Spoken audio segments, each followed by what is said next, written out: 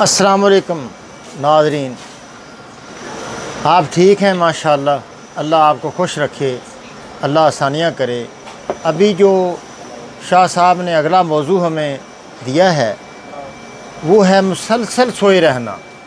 ایسی نیند کہ بس جیسے اٹھے تو پھر سو گیا، پھر اٹھا تو پھر سو گیا، تھوڑا کھایا پیا پھر سو گیا، مسلسل کئی ماہ سے، حتیٰ کہ ایک ایسے مریض کی ہسٹری آئی کہ 6 ماہ ہو گئے پہلے سو گیا تھا، وہ 6 ماہ سے سو گیا، پہلے 6 ماہ تک سویا رہا۔ تو اس طرح پھر اللہ کو پیارا ہو گیا۔ تو اس طرح یعنی یہ بھی مرض ایسا سامنے آیا ہے۔ اس کے بارے میں اکابرین سے ہم نے مشورہ کیا تو انہوں نے رہنمائی دی ہے کہ مسلسل سوئے رہنا اعصابی تحریک کی حد ہے، تری اور سردی کی رطوبتوں کی بے حد زیادتی۔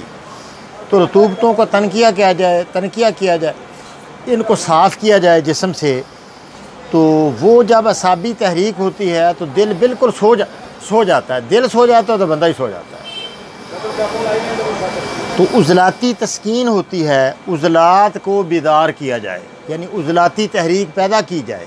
اعصابی تحریک ہو تو عضلاتی تحریک پیدا کرنے سے جس جگہ مسکن عضو ہے، سویا ہوا عضو ہے، تو اس کو جگایا جائے۔ وہ دل سویا ہوتا ہے اس میں۔ جب اعصابی تحریک ہوتی ہے، تحریک دماغ میں ہوتی ہے، جگر میں اپنا تحلیل ہوتی ہے، عضلات میں تسکین ہوتی ہے۔ یہ میں ایسی باتیں اس لیے نہیں کرتا کہ بات میری عام لوگوں سے ہے۔ عام لوگوں کو بیچاروں کیا پتہ کیا تسکین، تحریک اور تحلیل وہ کیا کریں بیچارے، ان کو تو سادہ طریقے سے بتاؤ بھی یہ اس کی بیماری ہے اور یہ حال ہے۔ حکمت انہوں نے کرنی، انہوں نے کون سی حکمت کی دکان بنانی ہے عام بندوں نے؟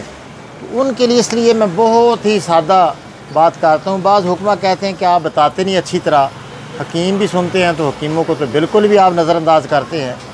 تو چلو سادگی میں بھی کچھ نہ کچھ تو حسن ہوتا ہی ہے، تو یہ ہم سادہ طریقے سے آپ کو بتاتے ہیں۔ تو عضلات کو اس میں بیدار کریں، مسلسل سوئے ہوئے بندے جو ہیں، اس میں بصفائی لے لیں، آپ تربت سفید لے لیں، استخدوس لے لیں، برہمی بوٹی لے لیں، اس کو برابر وزن پیس کر آدھا پونی چمچے سے 1 پیالہ کہوہ تیار کریں، اس میں گڑ ڈالیں۔